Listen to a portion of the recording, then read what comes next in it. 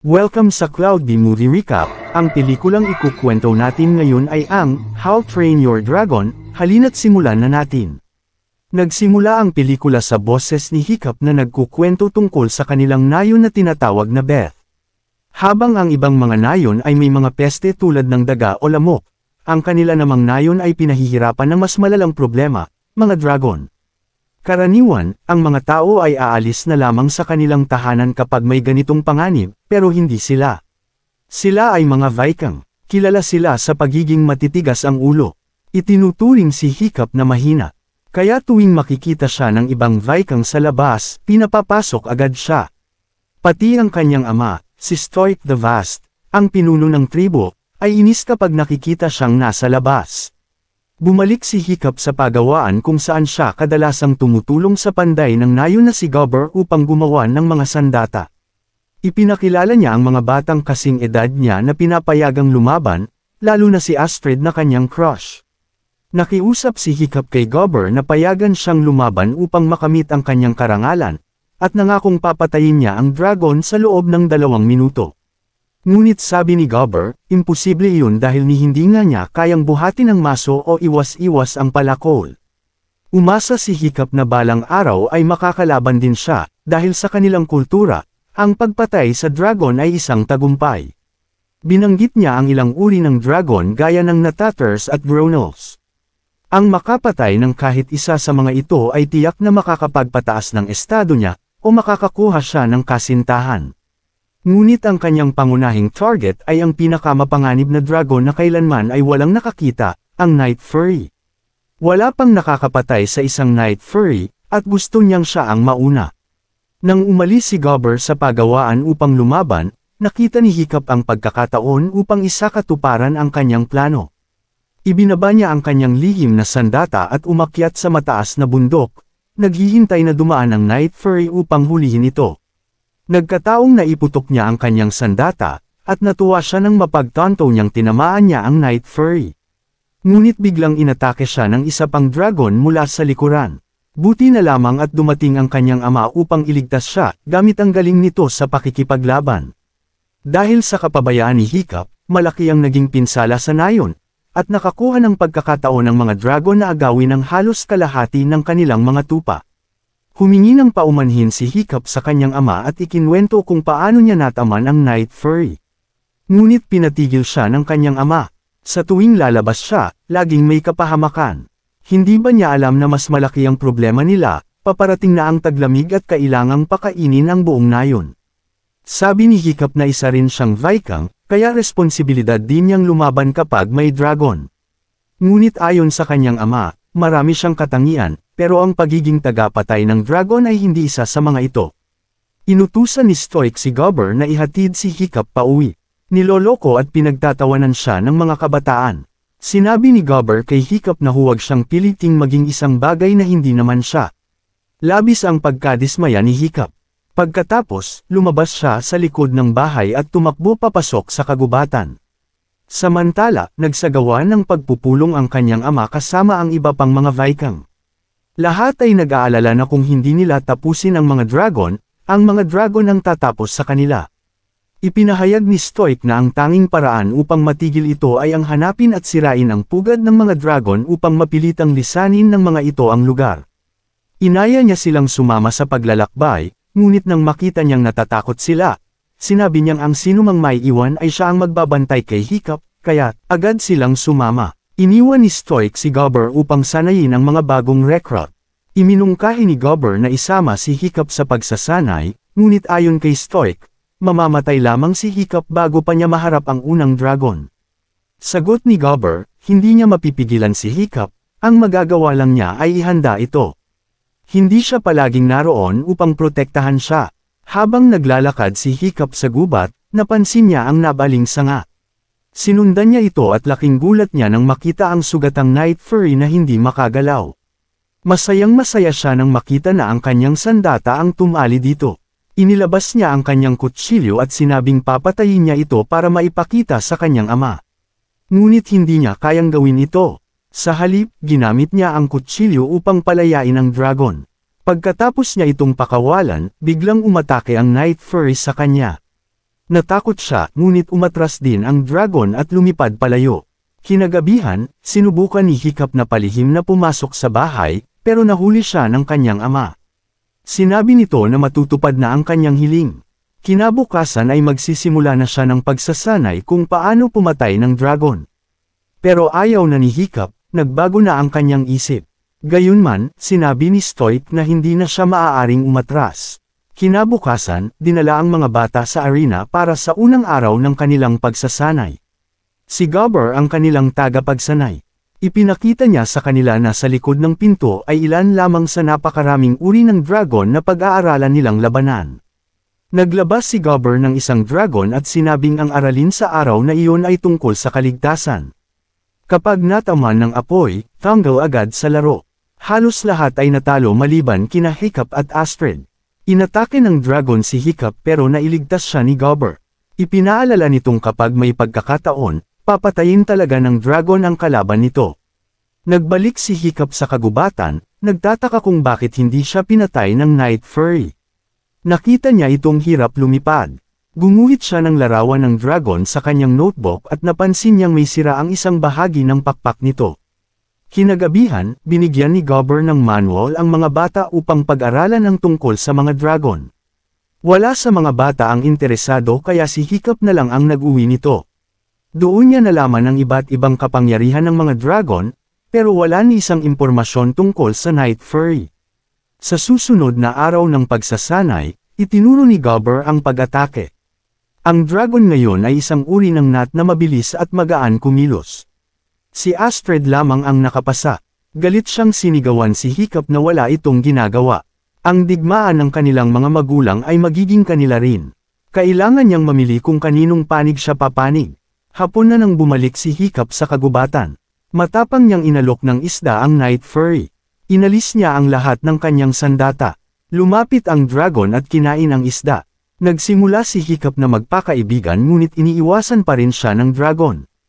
Nang mabagot si Hiccup, nagsimula siyang gumuhit sa lupa. Laking gulat niya nang kunin ng Night Fury ang isang kahoy at sumama rin sa pagguhit.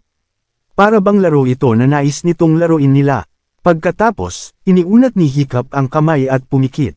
Sa kanyang pagtataka, hinayaan siya ng dragon na hawakan ito. Pinangalanan niya itong Toothless. Agad siyang nagtungo sa pagawaan upang gumawa ng artificial na pakpak para kay Toothless. Habang pinapakain niya ito ng maraming isda, maingat niyang ikinabat ang pakpak.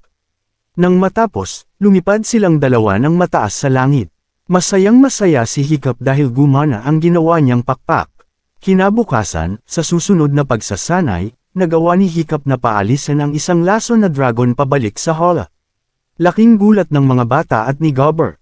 Sa sumunod na pagsasanay, napansin nilang nakokontrol na ni Hiccup ang mga dragon. Nagsimula silang lumapit sa kanya dahil sa kuryosidad, maliban kay Astrid na halatang naiinggit at nagdududa. Bumalik si Stoic at ang kanyang hukbo, dismayado dahil bigo silang matagpuan ang pugad ng mga dragon.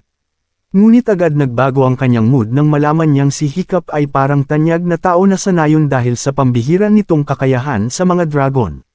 Samantala, makikita si Hiccup at Toothless na lumilipad. Lalong tumitibay ang kanilang ugnayan. Tinuturuan niya ang dragon na lumipad gamit ang artificial na pakpak. Nakausap ni Stoic si Hiccup at ipinahayag ang kanyang tuwa at pagmamalaki sa anak. Sa unang pagkakataon, proud siya bilang ama. Nasasabik siyang makita si Hiccup na pumapatay ng dragon. Napansin ni Hiccup na hindi pa rin nauunawaan ng kanyang ama ang kanyang bagong pananaw tungkol sa mga dragon. Palihim siyang umalis sa usapan. Ipinahayag ng matandang pinuno ng nayon na si Hiccup ang nanalo sa pagsasanay, kaya siya ang napiling papatay ng dragon kinabukasan bilang huling pagsusulit. Hindi ito ikinatuwa ni Hiccup.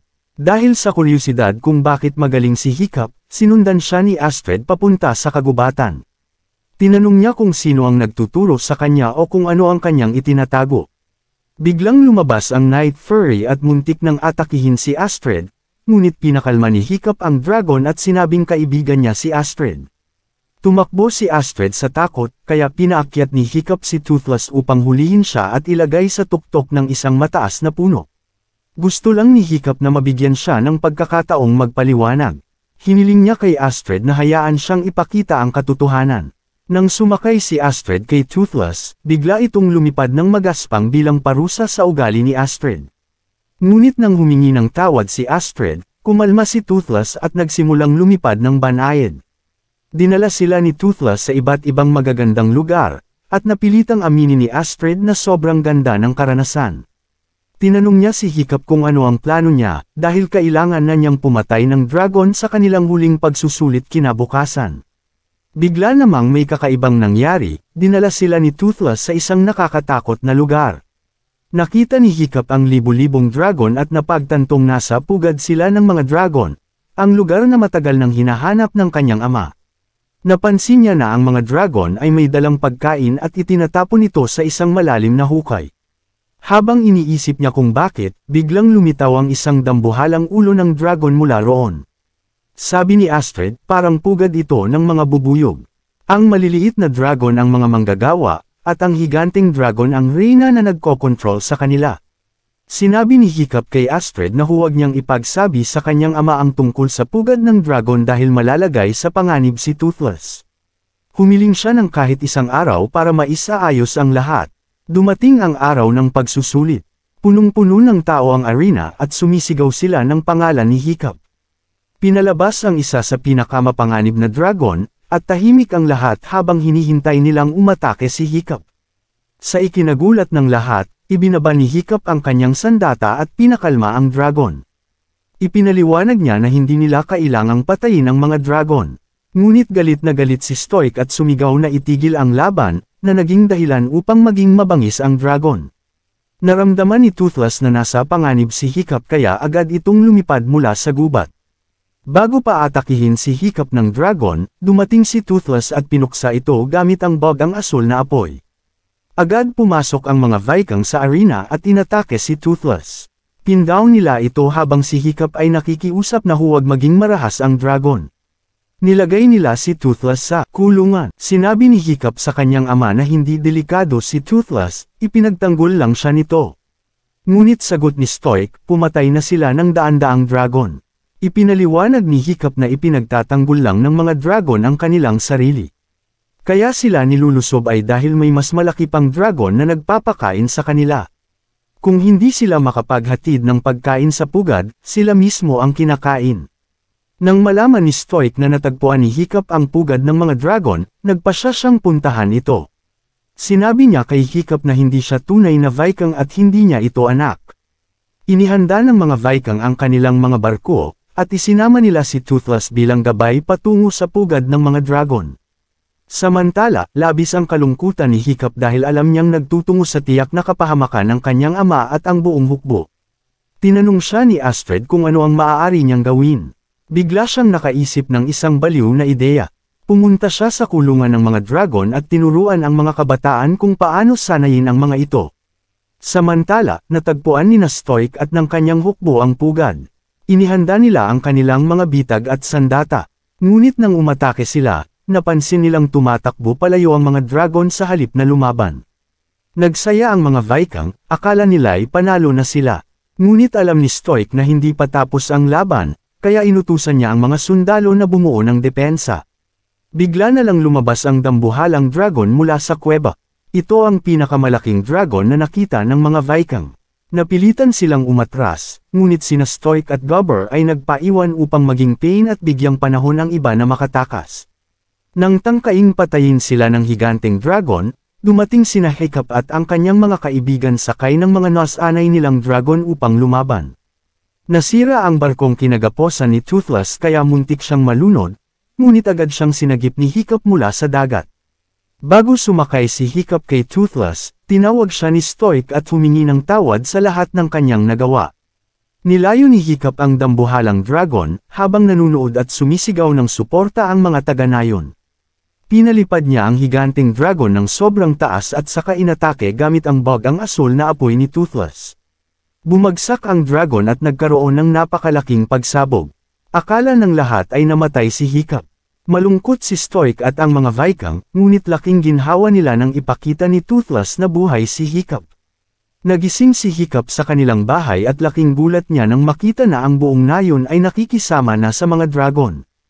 Hinalikan siya ni Astrid. At doon natapos ang pelikula. Salamat sa panunood hanggang sa susunod na video.